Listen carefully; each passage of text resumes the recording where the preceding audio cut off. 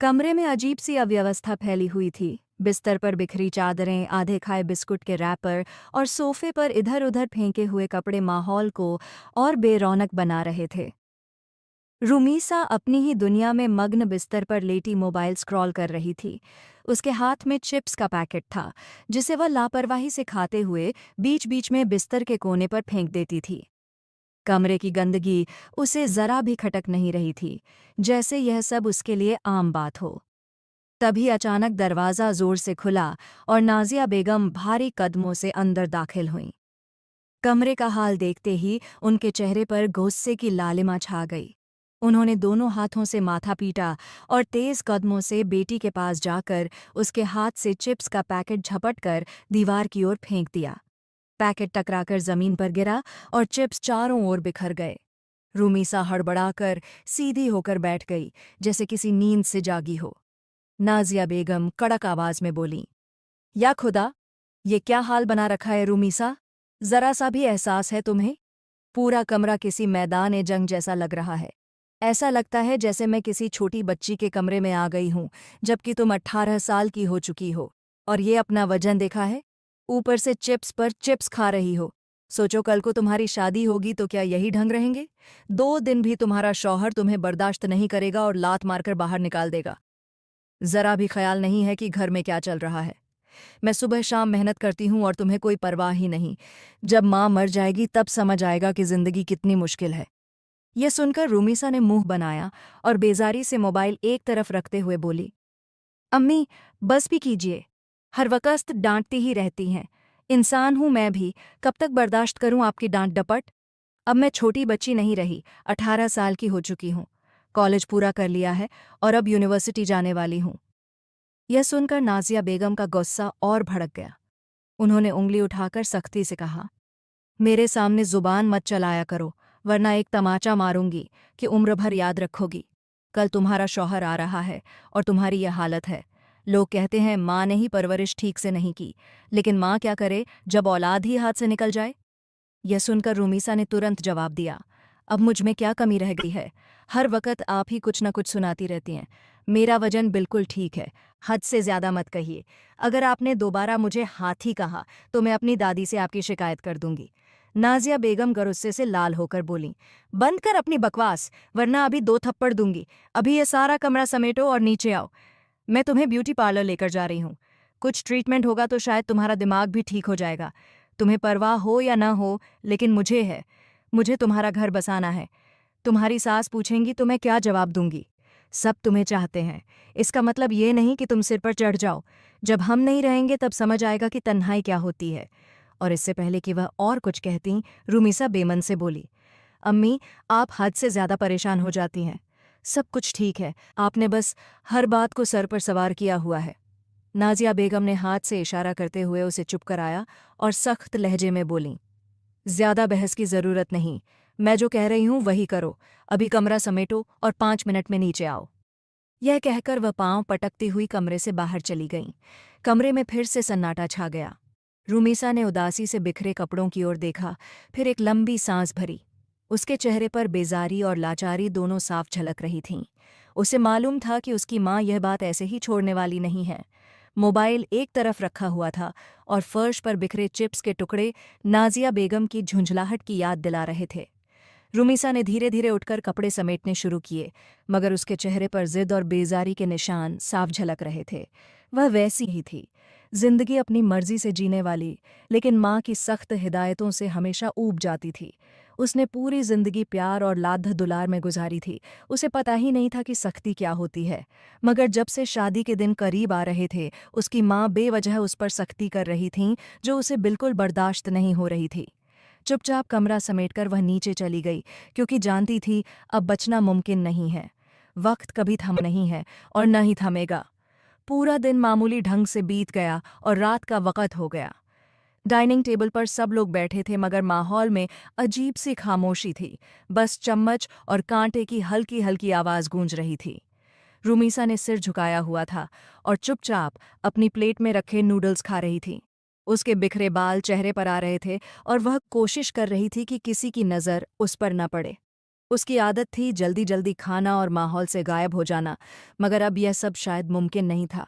तभी नूरजहां बेगम ने उसे गौर से देखा और झुंझलाए लहजे में बोली, ये क्या मुसीबत है रूमीसा? हर वक्त यही कीड़े खाती रहती हो। ये नूडल्स तुम्हारे पेट का बुरा हाल कर देंगे। फिर तुम्हारी माँ दवाइयों के लिए अस्पताल के चक्कर लगाती फिरेगी। पिछली बार डॉक्टर ने तुम्हें कितना समझाया था कि तुम्हारे लिए ये नूडल्स कितने नुकसानदेह हैं। ये सुनकर रुमीसा ने झुंझलाकर कांटा प्लेट में पटका और मुंह बनाकर बोली, दादो प्लीज, कीड़े नहीं हैं ये, नूडल्स हैं। मेरा मन मत खराब करें। मुझे ये पसंद हैं और किसी डॉक्टर ने मना नहीं किया था। अम्मी ही बेवजह शोर मचाती रहती हैं। आपको उनकी आदत पता नहीं है। नूरजहां बेगम ने तुरंत तंजिया हंसी लगाई। अच्छा जी, पसंद है तो फिर तुम्हारा शौहर ही तुम्हें ठीक करेगा। हमारे काबू में तो आती नहीं हो। उसने भी कहा था कि दादो ध्यान रखना, ये लड़की नूडल्स न खाए। और तुम्हारी हिम्मत देखो, हमारे सामने बैठकर खा रही हो। दिल चाहता है अभी 2 थप्पड़ लगाऊं।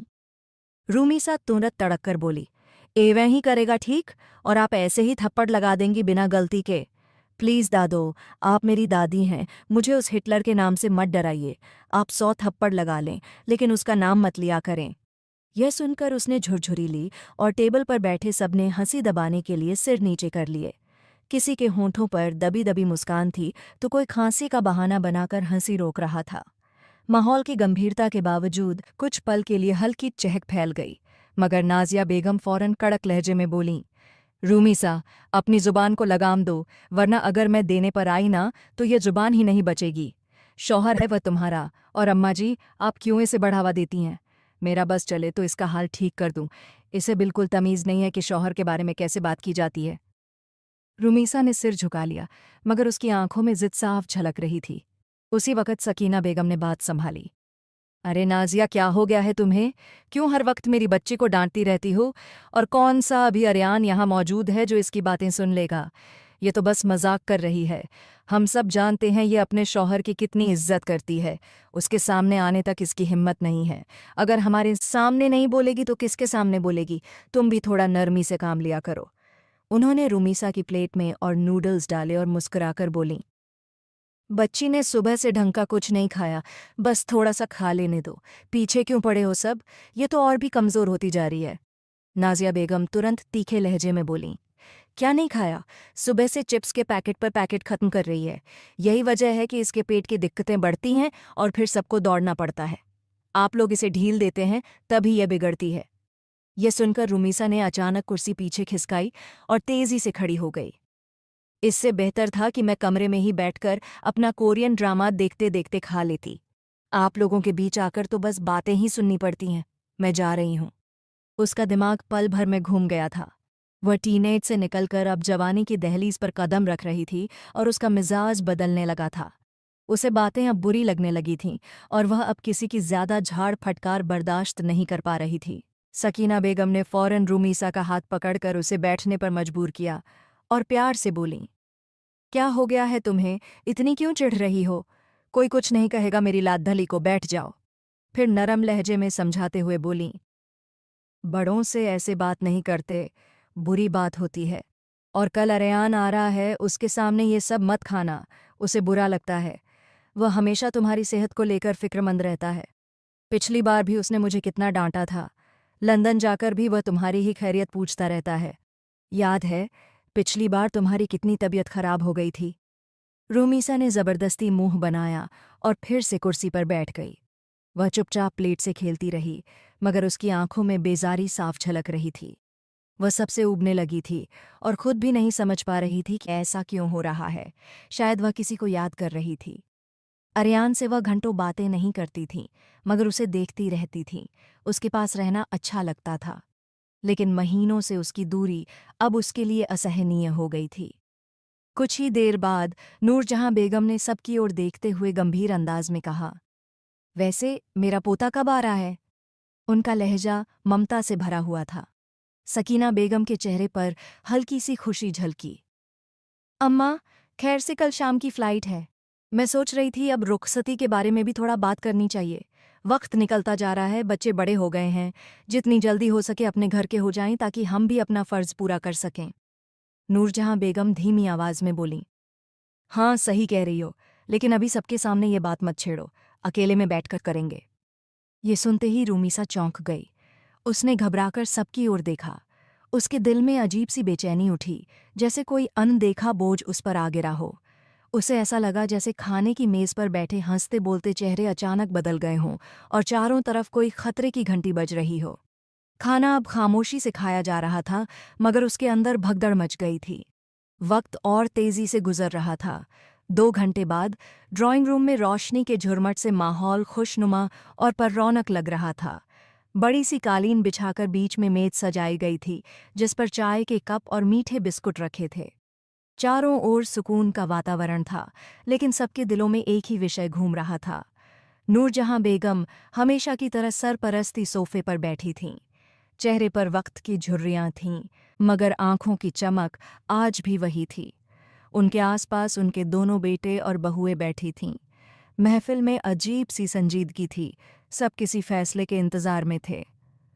नूरजहां बेगम ने सिकंदर साहब को देखा और नरम मगर असरदार लहजे में बोलीं, अब बताओ सिकंदर, क्या इरादा है? अरेयान क्या कह रहा है? निकाह को पूरे 10 साल हो गए हैं। मैं तो चाहती हूँ कि खैर से इन दोनों की रुखसती हो जाए। मेरी इच्छा है कि अपनी जिंदगी में अपने पोते पोती की शादी देख सकूं। जिंदगी का क्या भरोसा, कब सांस टूट जाए। मैं दोनों को उनकी मर्जी का इख्तियार दूंगी, ताकि आगे चलकर कभी उनके बीच दरार आए तो हमें दोष न दें कि हमने जबरदस्ती की थी। उनके लहजे में दुआओं और आरजुओं की मिठास थी।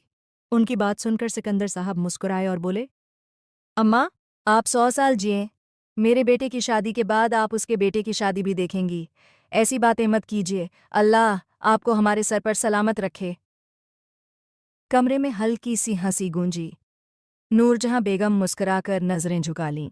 सिकंदर साहब फिर गंभीर होते हुए बोले, हाँ, मेरी अरयान से बात हो चुकी है।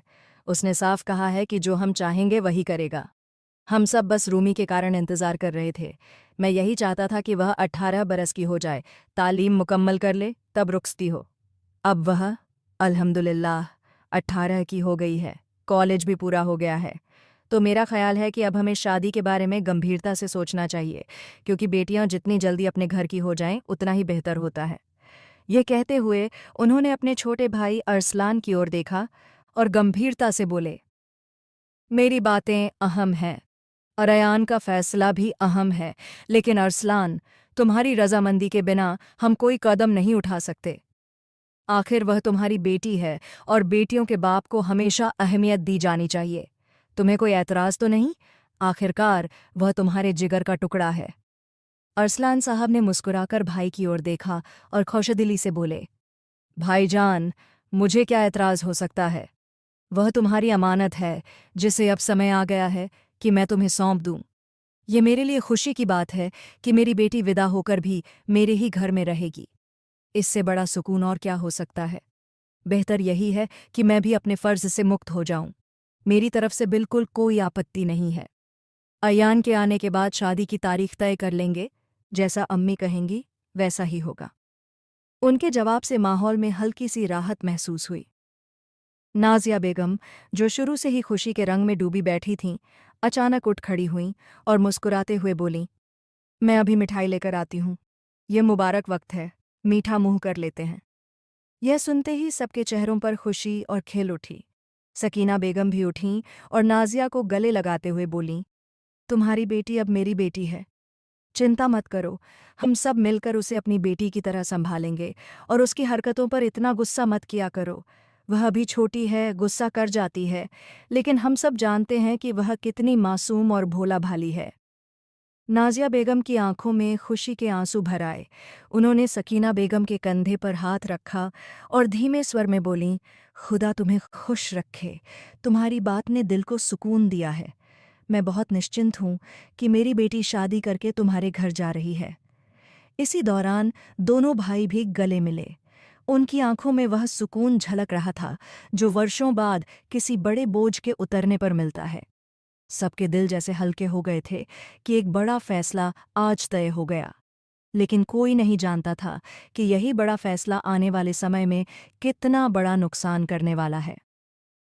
कुछ देर बाद नाजिया बेगम मिठाई की थाली लेकर आईं। सबने मिठाई खाई और कमरे में हंसी खुशी की लहरें फैल गईं। चारों बेटे और बहुएं जाकर नूरजहां बेगम के सामने बैठीं।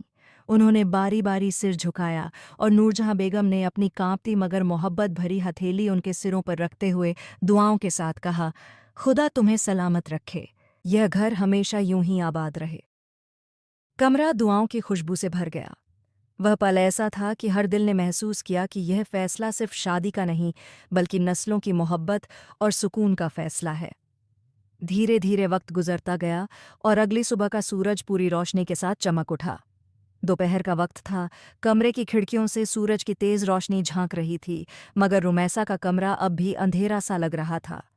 पर्दे गिरे हुए थे।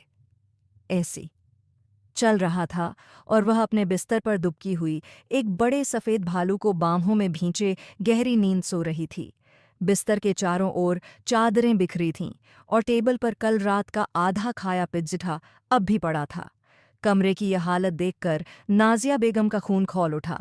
उन्होंने जोर से दरवाज़ा खोला और माथा पीटते हुए बोलीं, या खुदा, ये क्या हाल बना रखा है इस लड़की ने।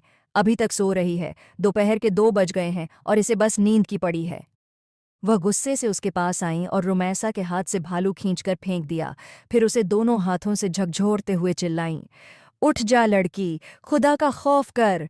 तेरे शौहर के आने में कुछ ही घंटे रह गए हैं और तुझे बस नींद की पड़ी है। ये लड़की तो ससुराल जाकर मेरी नाक कटवाएगी।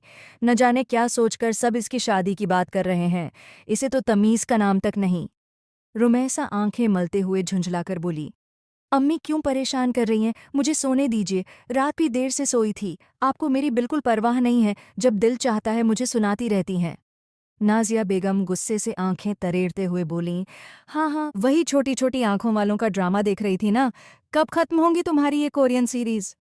वह अक्सर उसकी बातों से झुंझला जाती थीं और फिर उसी के अंदाज में बोलने लगती थीं। ये सुनते ही रुमैसा के होंठों पर हल्की सी मुस्कान बिखर गई। उसने आधी नींद में ही कहा, अम्मी, वह सब कोरियन नहीं, चाइनीज़ हैं। आजकल मैं चाइनीज़ सीरीज़ देख रही हूँ। कोरियन तो पिछले हफ्ते देख रही थी। नाजिया बेगम गुस्से से हाथ नचाते हुए बोलीं, रुमी, मेरे सब्र का इम्तिहान मत लो। अब फौरन उठो, अपना हाल ठीक करो और नीचे आकर मेरे साथ हाथ बटाओ। अपने शौहर के लिए कुछ पकाओ। तुम्हें कोई होश ही नहीं।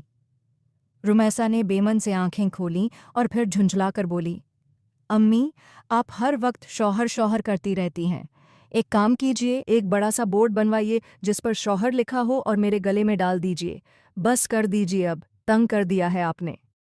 यह सुनकर नाजिया बेगम का सब्र टूट गया। उन्होंने गुस्से से रुमैसा का बाजू पकड़ा और उसे बिठा दिया। फिर कंधे को जोर से झकझोरते हुए बोली, बस, अब मेरी हद खत्म हो गई। तुम्हारे पास सिर्फ 10 मिनट हैं। जल्दी से तैयार होकर नीचे आओ। आज अयान आ रहा है और कल तुम्हारी और उसकी शादी की तारीख तय होगी। कुछ तो करो ताकि तुम्हारी सास खुश हो जाए। यह सुनते ही रुमैसा की आंखें झटके से पूरी खुल गईं। वह हैरानी और घबराहट के मिले जुले भावों के साथ माँ को देखने लगी। क्या? कौन सी शादी?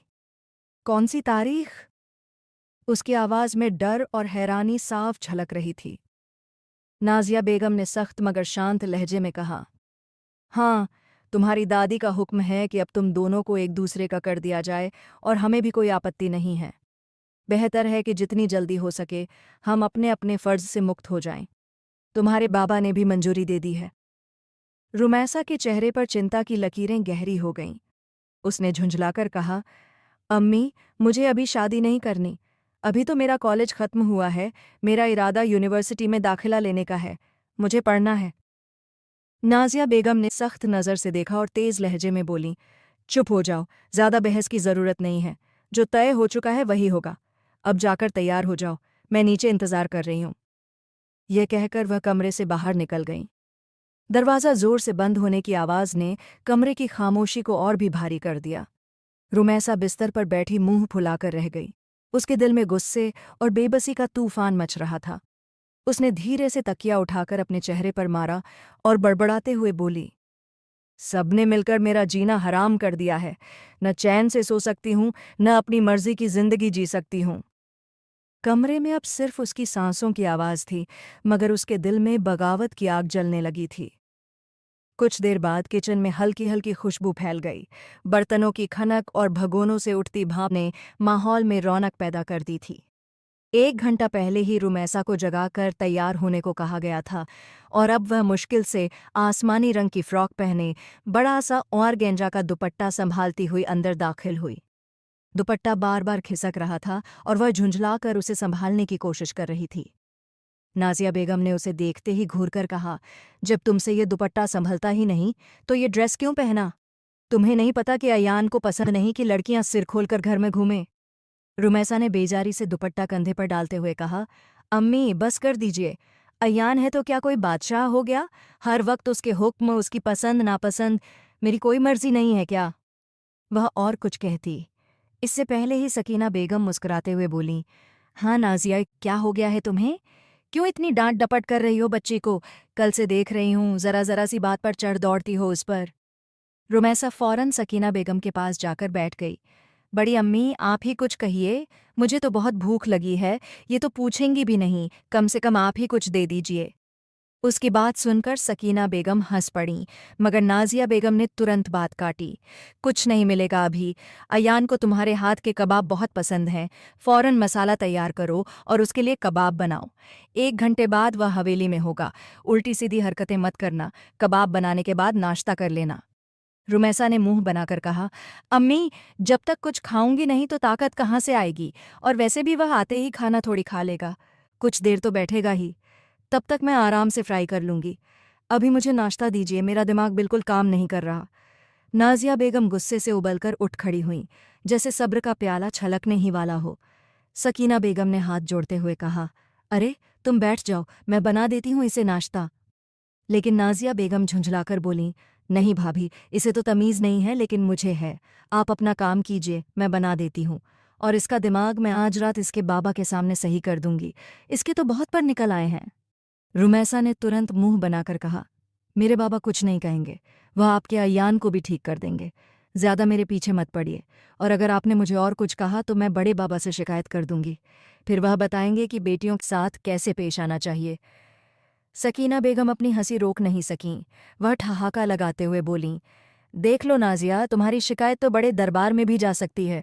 नाजिया बेगम ने मुंह फेर लिया और सिर झटक दिया, जैसे और बहस से बचना चाहती हों। वह गुस्से से किचन काउंटर की तरफ बढ़ीं और कबाब के लिए मसाला निकालने लगीं। उनके चेहरे पर गुस्सा साफ झलक रहा था, मगर वह अपने जज्बात दबाने की कोशिश कर रही थीं। रुमैसा अपनी कुर्सी पर बैठी नाश्ते का इंतजार करने लगी। उसके हाव भाव में लापरवाही थी, जैसे सब कुछ उसकी मर्जी पर निर्भर हो।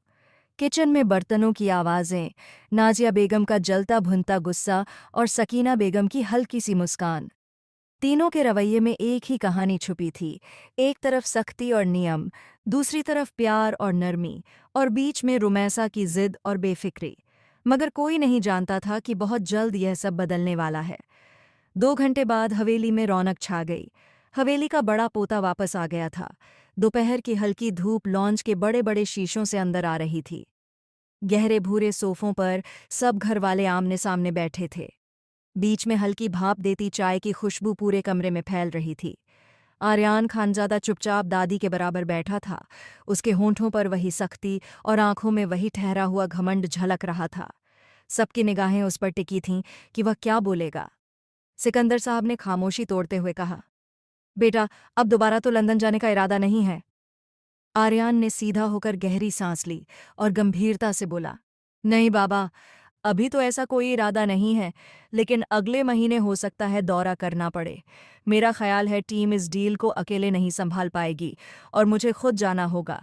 वैसे भी किसी और वर्कर को भेजना बेवकूफ़ी होगी। अगर वहां जाकर नुकसान उठाना पड़े तो बेहतर है कि मैं खुद देख लूं। उसकी बात पर अरसलान साहब ने तुरंत हामी भरी। हाँ, ये बात बिल्कुल सही है। नुकसान कोई भी बर्दाश्त नहीं कर सकता। इससे पहले कि कोई और बोलता, नूरजहां बेगम अपने दबंग अंदाज में बोलीं, फिलहाल अगले महीने का और आने वाले 3 महीनों का भी कार्यक्रम कैंसिल कर दो। मैं तुम्हारे लिए कुछ और सोच चुकी हूँ। आर्यान ने इत्मीनान से सिर हिलाया और बोला, जी दादो, बाबा ने बताया है। स्थायी रूप से लंदन जाने का कोई इरादा नहीं है। अगर जाना भी हुआ तो सिर्फ 1 हफ्ते के लिए जाऊंगा। उस दौरान आप सब संभाल लेंगे। नूरजहां बेगम ने गहरी नजर डालते हुए पूछा। यानी तुम्हें शादी से कोई आपत्ति नहीं है? आर्यान के होंठों पर हल्की मुस्कान आई। वह थोड़ा झुककर गंभीर स्वर में बोला, निकाह से जब ऐतराज नहीं था तो शादी से क्यों होगा? वह मेरी है और ये बात मुझे अच्छी तरह मालूम है। मैं अपनी चीजें किसी और को नहीं सौंपता। उसकी बात पर एक पल को कमरे में सन्नाटा छा गया। सब एक दूसरे को देखने लगे। नूरजहां बेगम की आंखों में तसल्ली झलक उठी, जबकि नाजिया बेगम की सांस गहरी हो गई, जैसे दिल का बोझ हल्का हुआ हो। तभी कमरे का माहौल बदला और दरवाजे से रोमिसा दाखिल हुई। उसने आसमानी रंग का दुपट्टा संभालते हुए हाथ में बड़ी ट्रे उठा रखी थी, जिसमें चाय के कप और नमकीन व से मीठे बिस्कुट रखे थे। वह धीरे धीरे कदम रखते हुए सबके सामने आई और ट्रे मेज पर रखते हुए बोली, दादो, आपको चीनी वाली दूं या बिना चीनी की? नूरजहां बेगम ने सख्त नजर डालते हुए कहा, पहले अपने शौहर से पूछो, कितने दिन बाद आया है, उसकी पसंद नापसंद का ख्याल रखो, फिर हम सबसे पूछ लेना। रोमिसा ने नजरें झुका लीं, दिल की धड़कन तेज हो गई। बचपन से ही उसे आर्यान की सख्त मिजाजी से डर लगता था। उसने एक पल को निगाहें उठाईं, आर्यान की तरफ देखा, फिर तुरंत दुपट्टा ठीक करने लगी। आर्यान ने माहौल बदलने के लिए बैग की ओर इशारा किया और बोला, अम्मी, ये बैग खोलें, इसमें कुछ चीज़ें हैं, आप लोग ले लीजिए। रोमिसा के चेहरे पर खुशी झलक उठी। वह तुरंत बैग की ओर बढ़ी और खुद ही जिप खोलते हुए चहकी, सारी चिप्स और सारी चॉकलेट्स मेरी हैं, बाकी जो भी है आप लोग रख लीजिए। उसकी शरारत पर सबके होंठों पर मुस्कान आई, मगर आर्यान ने भौहें चढ़ाईं और सख्त लहजे में बोला, मुफर्रमा, ठहरें, आपके लिए कोई चॉकलेट का पैकेट नहीं है। आपका मादा वैसे ही खराब है, बेहतर होगा इन चीज़ों से दूर रहें। रोमिसा के चेहरे पर गुस्सा और झेंप एक साथ उतर आई। उसने तीखे अंदाज में उसकी ओर देखा, फिर ट्रे को जोर से धकेलकर उठ खड़ी हुई और गुस्से में पांव पटकती रसोई की तरफ चली गई। सकीना बेगम ने अफसोस से सिर हिलाया और आर्यान को डांटते हुए बोलीं, ऐसे नहीं करते बेटा, लड़कियों का दिल बहुत नाजुक होता है। आर्यान बिना किसी शर्मिंदगी के मुस्कुराया और बोला, जी बड़ी अम्मी, लेकिन मादा भी नाजुक होता है, इसलिए बेहतर है थोड़ी एहतियात बरती जाए। कमरे में हल्की हंसी की लहर दौड़ गई, लेकिन रोमिसा के कदमों की आहट दूर तक सुनाई देती रही, जैसे वह अब भी अपने दिल का बोझ ढो रही हो। कुछ घंटे बाद कमरे की खिड़कियों से हल्की रोशनी अंदर आ रही थी। कमरा सजा संवरा था, मगर रोमिसा का मूड इसके उलट था। वह दुपट्टा बार बार ठीक करती तेज कदमों से टहल रही थी। चेहरे पर गुस्से की लाली थी और आंखों में चमक। वह बड़बड़ाई, ये समझता क्या है खुद को, हिटलर कहीं का? चॉकलेट लाया है, सबको देगा मगर मुझे नहीं। मैं कोई गैर हूं क्या? आज अगर उसके कमरे से चॉकलेट चोरी न की तो मेरा नाम भी रोमिसा खानजादी नहीं। वह हाथ हिलाकर अपनी झुंझलाहट जाहिर कर रही थी। तभी अचानक बेड पर रखे मोबाइल की घंटी बजी। उसने चौंक कर फोन उठाया और स्क्रीन पर नजर डाली। सामने हानिया का नाम चमक रहा था। फोन कान से लगाते ही उसने मुंह खोला ही था कि दूसरी तरफ से हानिया की चुलबुली आवाज गूंजी, मैडम साहिबा, क्या हाल है? आज तो आपके शौहर नामदार घर आने वाले थे, आ गए क्या? वैसे शौहर आते ही दोस्त को बिल्कुल भुला दिया है आपने। रोमिसा हंसते हुए बोली, हानिया, तुम्हें लगता है कि मैं कभी तुम्हें भूल सकती हूँ? तुम मेरी दोस्त नहीं, मेरी बहन हो। मरते दम तक तुम्हें नहीं भूलूंगी। बस घर की कुछ उलझनों में फंसी हुई थी। तुम्हें तो पता है ना, अम्मी कितने सारे काम मेरे सिर पर डाल देती हैं। हानिया ने हंसते हुए बात काट दी, बस बस रहने दो, सब पता है मुझे। एक कबाब ही तो बनाने आते हैं तुम्हें, वही जो तुम्हारा शौहर बड़े शौक से खाता है। उसमें भी तुम 100 नखरे करती हो। सच बताओ, आज भी बहुत कहने के बाद बनाए होंगे या फिर गोल कर दिए होंगे? रोमिसा ने हंसकर जवाब दिया, सच बताऊं या झूठ? हानिया ने शरारत से कहा, हम हानिया हैं, तुम्हारी सबसे करीबी दोस्त। हमसे क्या छुपाना? हमें तुम्हारी सारी सच्चाई मालूम है कि तुम कितने पानी में हो। रोमिसा हंसते हंसते सिर थामकर बोली, ये तो है, आज तो बिल्कुल नहीं बनाए। इतनी थक गई थी कि छोड़ ही दिया। हानिया जोर से हंस पड़ी, मुझे यकीन था। अब देखना, शादी के बाद रोज तुम्हें किचन में ही रहना पड़ेगा। रोमिसा गहरी सांस लेकर बिस्तर पर बैठते हुए बोली, हाँ, यही तो सब कह रहे हैं। शादी की तैयारियां जोर शोर से चल रही हैं। दादू और बाबा ने तय कर लिया है कि जल्द ही रुखसती होगी। लेकिन तुम्हें पता है, ये आदमी मेरी हर बात में समस्या खड़ी करता है। उसकी आवाज़ अचानक तल्ख हो गई।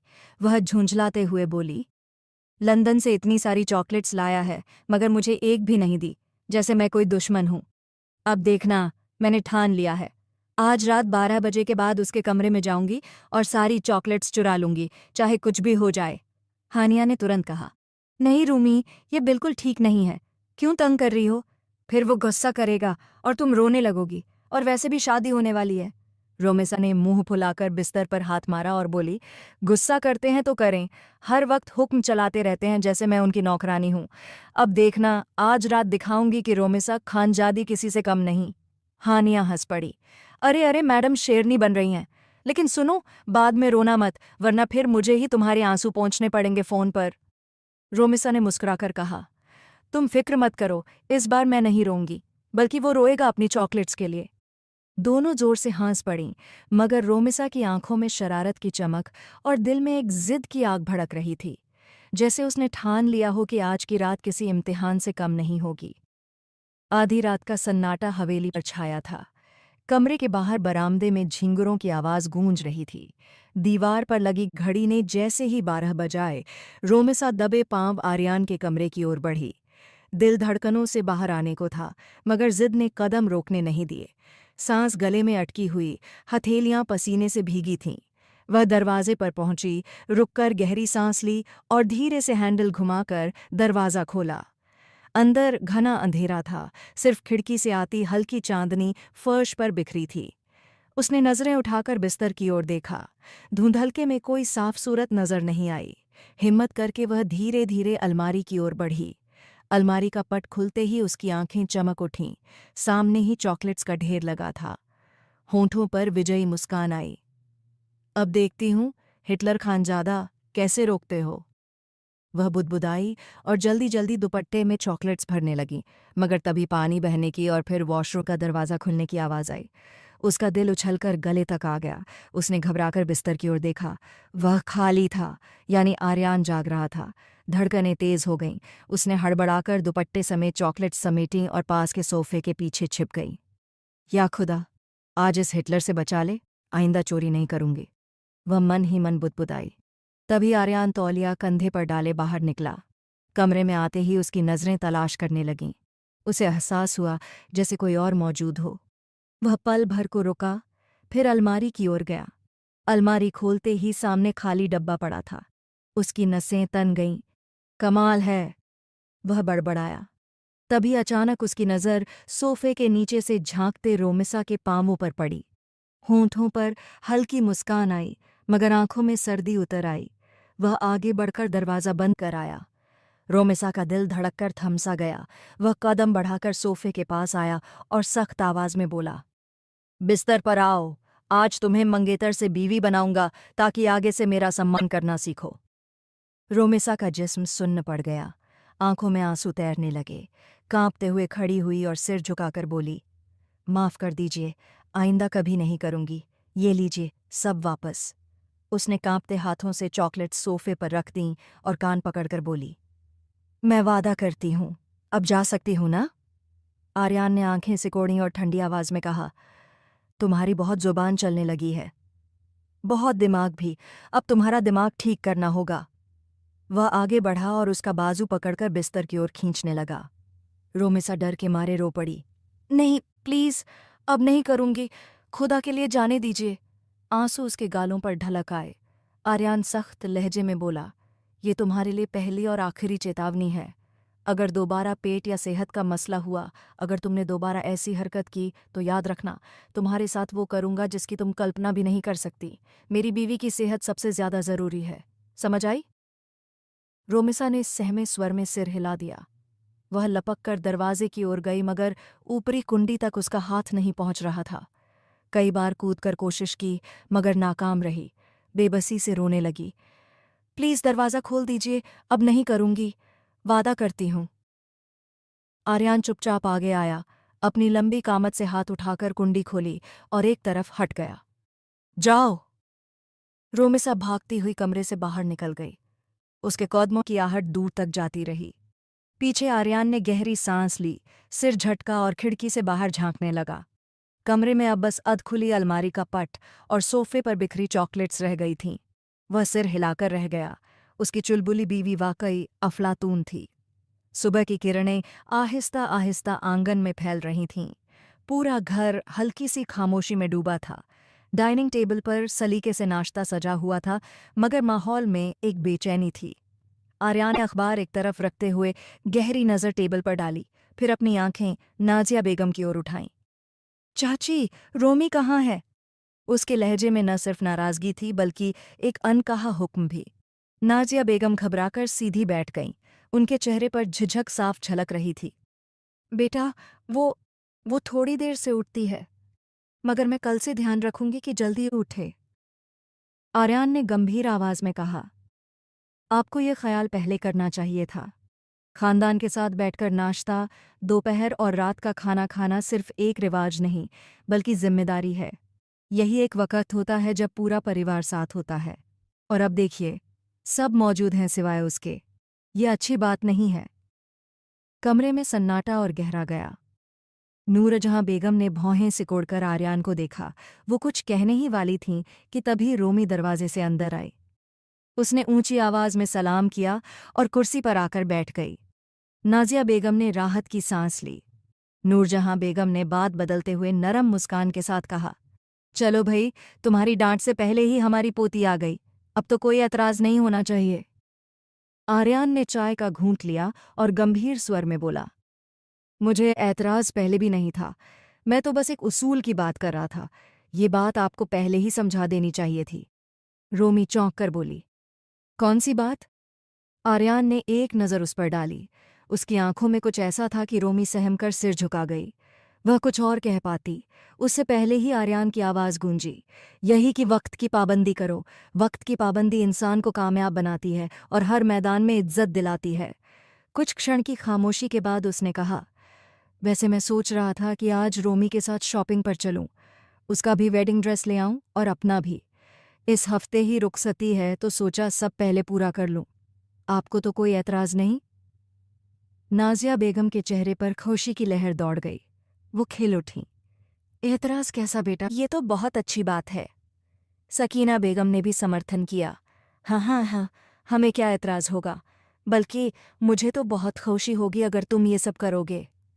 माहौल हल्का फुल्का हो गया था कि तभी रोमी की घबराई आवाज़ गूंजी, लेकिन मुझे एतराज़ है, मैं उनके साथ शॉपिंग करने नहीं जाना चाहती। सबकी नज़रें उस पर टिक गईं। पल भर के लिए कमरा हैरानी से भर गया। रोमी ने संभलते हुए तुरंत बात बदली, मेरा मतलब है, मैं अम्मी के साथ ज़्यादा कंफर्टेबल होती हूँ। उन्हीं के साथ जाना चाहती हूँ, वरना अपनी पसंद की चीज़ नहीं ले पाऊंगी। आर्यान ने कप रखकर उसकी ओर गहरी नज़र डाली और ठंडे मगर दृढ़ स्वर में बोला, और ये भी बता दूं कि तुम्हारी पसंद का दिलवाने वाला कौन है। जो मैं दिलाऊंगा वही लेना पड़ेगा, बस। रोमी का दिल जोरों से धड़कने लगा। उसने सिर झुकाकर कुछ कहना चाहा, मगर शब्द गले में अटक गए। आर्यान ने बिना उसकी ओर देखे कहा, दोपहर में तैयार रहना, शाम को मुझे कहीं और जाना है। कमरे की खामोशी लौट आई। नाजिया बेगम ने नज़रें फेर लीं, नूरजहां बेगम ने हल्की सी तंज भरी मुस्कान डाली और रोमी चुपचाप अपनी प्लेट पर नज़र गड़ाए बैठी रही। बाहर सब वही था, मगर उसके अंदर एक तूफान उठ चुका था। कुछ घंटे बाद शॉपिंग मॉल की जगमगाती रोशनियां सपनों जैसा माहौल बना रही थीं। हर तरफ लोग अपने अपने शौक में मस्त थे, लेकिन रूमी का दिल अजीब सी घबराहट और जिज्ञासा के बीच झूल रहा था। वह आर्यन के पीछे पीछे ब्राइडल ड्रेस की दुकान में दाखिल हुई। अंदर आते ही दोनों की नज़रें दीवारों पर टंगे खूबसूरत लहंगों पर ठहर गईं। हर एक अपनी दिलकशी में अनोखा था। रूमी की आंखें अचानक एक गहरे लाल लहंगे पर टिक गईं और वह बेइख्तियार बोल पड़ी, देखो आर्यन, कितना खूबसूरत है। आर्यन ने कुछ पल लहंगे को गौर से देखा, फिर उसकी आंखों में गंभीरता उतर आई और ठंडे लहजे में बोला, इसे पहनोगी तो तुम्हारा शरीर उभर कर दिखाई देगा, पेट भी नजर आएगा।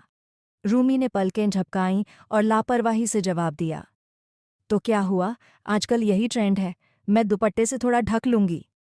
आर्यन ने तीखी नज़रों से उसे देखा और दबे मगर सख्त लहजे में कहा, मार खानी है तुमको मुझसे? रूमी का चेहरा सफ़ेद पड़ गया। वह सहम कर पीछे हट गई और चुप हो गई। आर्यन ने धीरे लेकिन स्पष्ट आवाज में कहा, जो मैं पसंद करूंगा वही लोगी। मेरी बीवी हो तुम। सारी जिंदगी कभी तुम पर हक नहीं जताया, लेकिन रुखसती के बाद तुम वही कपड़े पहनोगी जो मैं कहूंगा, और जो फैसला मैं करूंगा वही मानना होगा। रूमी ने होंठ काटे, दिल में हल्की सी बगावत उठी मगर हिम्मत न हुई कि कुछ कह सके। वह आंखें झुकाकर एक तरफ हो गईं। उसी समय शॉपकीपर आ गया और बड़े आत्मविश्वास से ड्रेस की वैरायटी दिखाने लगा। फिर रूमी की ओर देखकर मुस्कुराते हुए बोला, सर, आप मैडम से भी राय ले लीजिए। आजकल की लड़कियों को ट्रेंड्स का ज़्यादा इल्म होता है। रूमी ने ज़रा सा सिर उठाया ही था कि आर्यन ने फौरन ठंडे लहजे में बात काट दी। मैंने तुमसे पूछा है, जितना कहा है उतना करो। औरत को मुखातिब करने की ज़रूरत नहीं। जाकर वैसा ही ड्रेस लाओ जैसा मैं कह रहा हूँ।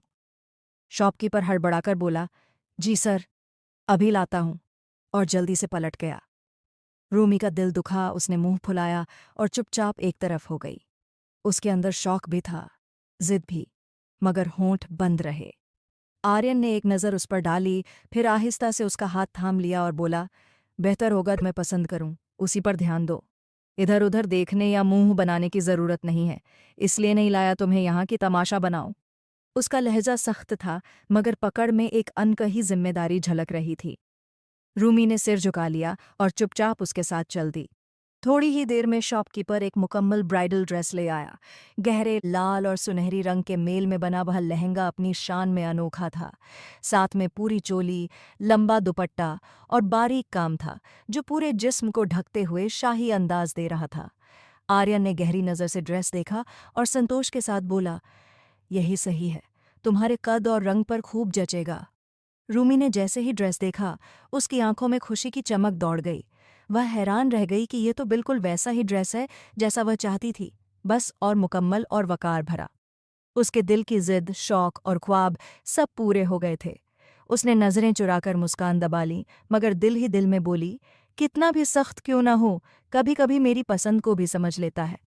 आर्यन ने कार्ड निकाला और भुगतान किया, फिर रूमी की ओर देखते हुए बस इतना कहा, यही बेहतर है।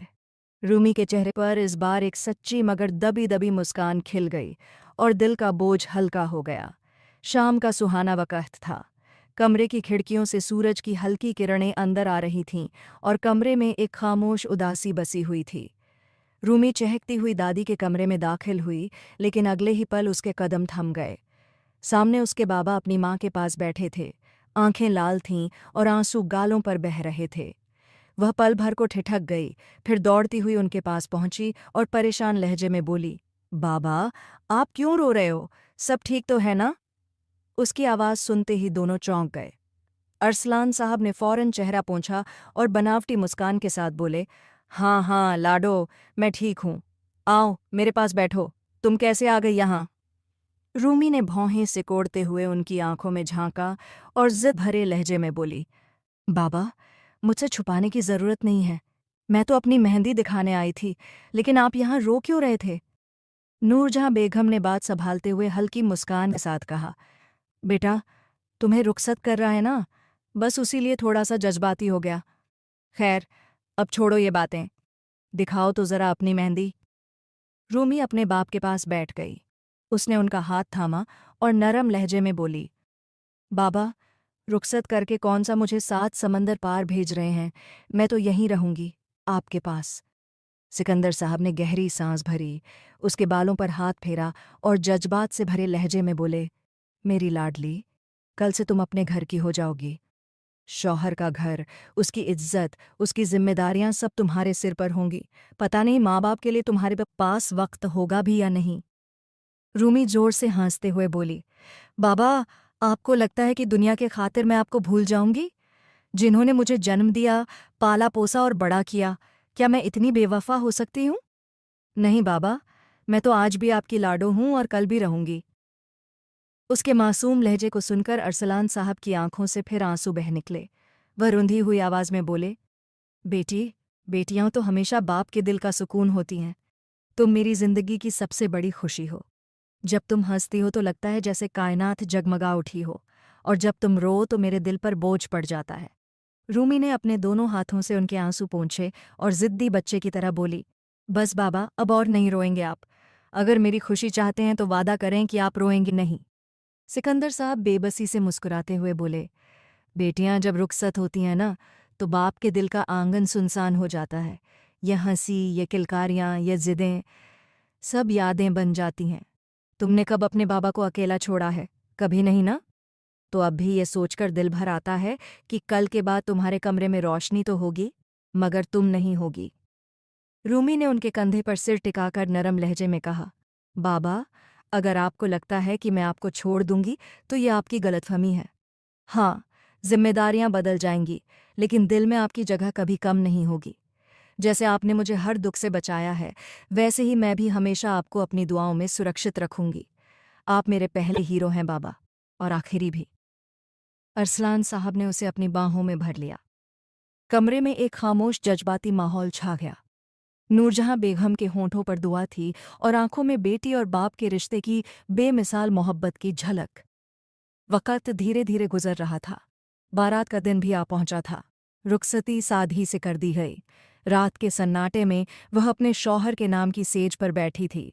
कमरे में फूलों की खुशबू बिखरी थी। हर तरफ रोशनी के कुमकुमे जैसे उस रात की गवाही दे रहे हों। उसका दिल धड़क रहा था। होंठों पर मुस्कान थी, मगर आंखों में झिझक और डर झलक रहा था। रुखसती सादगी से हुई थी। वलीमा बड़े पैमाने पर होना तय था, लेकिन उस पल वह सब भूलकर बस एक सवाल में उलझी हुई थी, अब उसकी जिंदगी किस रुख पर जाएगी। कुछ ही देर बाद दरवाज़ा आहिस्ते ही से खुला। आर्यन अंदर दाखिल हुआ, वही वक़ार, वही संजीदगी, मगर इस बार एक नरमी के साथ। रूमी की नज़रें झुक गईं, वह खुद को और भी छोटा महसूस करने लगी। आर्यन आहिस्ता आहिस्ता कदम बढ़ाता उसके पास आया और बैठते ही गहरी आवाज़ में सलाम किया। रूमी के दिल की धड़कन जैसे थम गई। उसने धीरे से उसका घूंघट उठाते हुए मुस्कुराकर कहा, मैंने जो ड्रेस तुम्हारे लिए पसंद किया था, तुम उसमें बहुत खूबसूरत लग रही हो। रूमी ने तुरंत नज़र उठाकर कहा, यह ड्रेस तो मैंने खुद पसंद किया था। आर्यन के होंठों पर मुस्कान फैल गई। उसने उसका नाजुक चेहरा अपने हाथों में थामते हुए कहा, ड्रेस चाहे तुमने पसंद किया हो, लेकिन तुम्हें इसमें देखकर लगता है जैसे ये सिर्फ तुम्हारे लिए ही बना हो। रूमी, तुम बहुत प्यारी लग रही हो। खुदा तुम्हें हर बुरी नज़र से बचाए। रूमी के गालों पर हल्की सी लाली छा गई। दिल और तेज धड़कने लगा। आर्यन ने उसका हाथ अपने हाथों में लेकर नरमी से कहा, मैंने इस दिन का बहुत इंतज़ार किया है। मुझे पता है तुम मुझे कभी हिटलर, कभी चंगेज़ खान और जाने किन किन नामों से याद करती रही हो, लेकिन मैं तुम्हें एक सच्चाई बताना चाहता हूँ। वह रूमी की आंखों में देखते हुए संजीदगी और नरमी से बोला, रूमी, मैं तुमसे बेइंतहा मोहब्बत करता हूँ, बहुत पाक मोहब्बत। हमारा निकाह 10 साल पहले हुआ था, लेकिन मैंने कभी तुम्हें मजबूर नहीं किया, कभी तुम्हारी मासूमियत छीनने की कोशिश नहीं की। मैंने हमेशा खुद को तुम्हारे लिए पाक रखा, क्योंकि मैं जानता था कि तुम अभी वक्त के तकाजे को समझने के काबिल नहीं थीं। तुम मेरी जिम्मेदारी थीं, मेरा मान थीं, और सबसे बढ़कर मेरी मोहब्बत थीं। रूमी की आंखें नम हो गईं। वह कांपती आवाज़ में बोली, क्या यह सच है? आपने इतने साल सिर्फ मेरे लिए? आर्यन ने धीरे से सिर हिलाया और बोला, हाँ, सिर्फ तुम्हारे लिए। तुम मेरी सबसे बड़ी दुआ की कबूलियत हो, मेरी जिंदगी का सबसे कीमती तोहफा। मैं चाहता था कि यह पल जब आए तो तुम पूरी तरह जान लो कि मैं तुम्हारा हूं और तुम मेरी। न कोई फासला, न कोई डर, सिर्फ मोहब्बत। रूमी की आंखों से आंसू बह निकले। वह कांपते होंठों से बोली, मैंने आपको हमेशा गलत समझा। आपका गुस्सा, आपकी सख्ती, सबको नफरत समझती रही। लेकिन आज लगता है कि उस सब के पीछे सिर्फ एक मोहब्बत छुपी हुई थी। आर्यन ने उसके आंसू पोंछे और नरमी से मुस्कुराकर बोला, अब बस कोई शक नहीं, हम एक दूसरे के हैं, और यह रात, यह लम्हा हमारी जिंदगी की सबसे खूबसूरत शुरुआत है। रूमी ने धीरे से सिर झुका लिया। आर्यन उसके और करीब आया और नरमी से अपने होंठ उसके रुखसार पर रख दिए। पल भर को वह कांप उठी, मगर फिर अपने आप को उसके वजूद में समेट लिया। कमरे की खुशबू, फूलों की लताफत और दोनों की धड़कनें एक दूसरे में घुल गईं। वह रात एक अहद बनी, एक नई सुबह की बुनियाद, एक शौहर का एतबार और एक बीवी का सुकून। दोनों ने एक दूसरे को दिल की गहराइयों से कबूल कर लिया, उनके दरमियान अब न कोई डर था, न कोई फासला, सिर्फ मोहब्बत, खुलूस और हमेशगी का वादा।